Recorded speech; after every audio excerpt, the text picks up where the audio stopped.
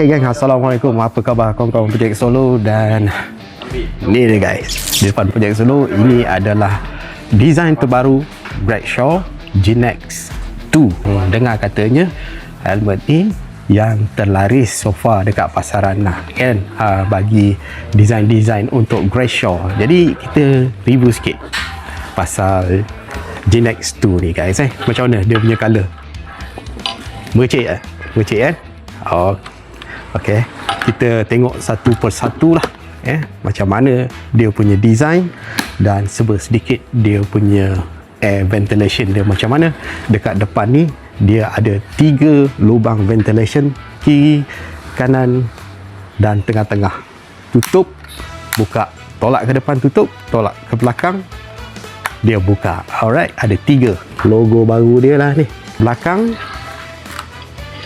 air ventilation dia open.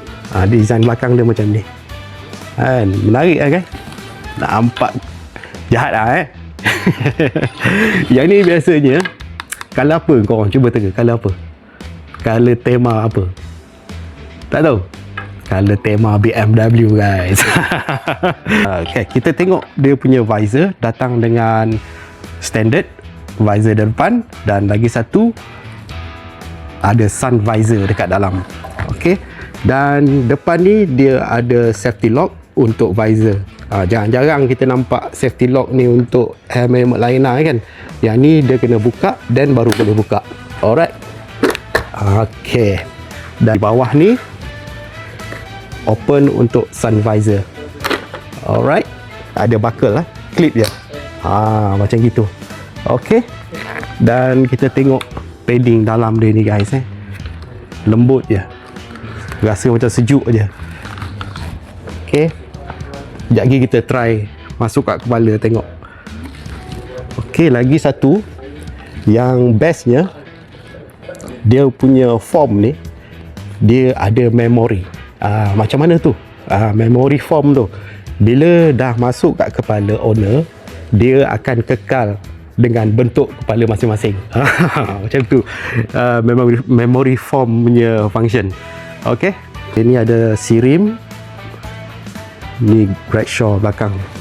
Okay, kita cubalah sikit pakai dia macam mana. Okay, yang aku pakai ni size XL, memang ngam-ngam lah dengan size kita. Okay, ni boleh ketat kan, ada memory foam, terus ikut acuan kepala kita, mesra dengan sunglass. Okay, ni sun visor dia.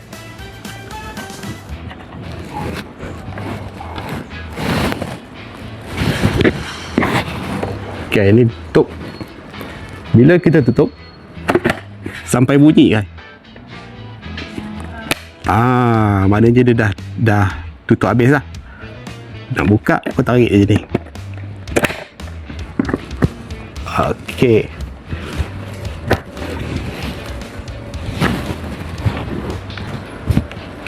Okay, buka balik, tutup, buka. Okay guys, jadi kalau kawan-kawan nak dapatkan helmet Bradshaw GNEX 2 ni, korang boleh datang sendiri ke biker garage ni. Korang tengok depan-depan, boleh test pikuk sauk dekat kepala, tengok ngam tak ngam. Untuk design ni GNEX 2 ni harga dia 348 dan misal kata korang tak nak visor standard, korang boleh upgrade kepada color punya visor. Yang ni smoke visor hanya RM68, dan kalau tak nak smoke visor, korang nak color rainbow ke apa ke, blue ke yang ni color 128 untuk visor color. Alright, dia datang dengan 6 design yang istimewa. Dia datang dengan 6 design yang cukup istimewa dekat belakang ni, korang boleh pilih. Alright kan, itu saja perkongsian. Semoga video ni bermanfaat dan kita akan jumpa lagi di video-video akan datang.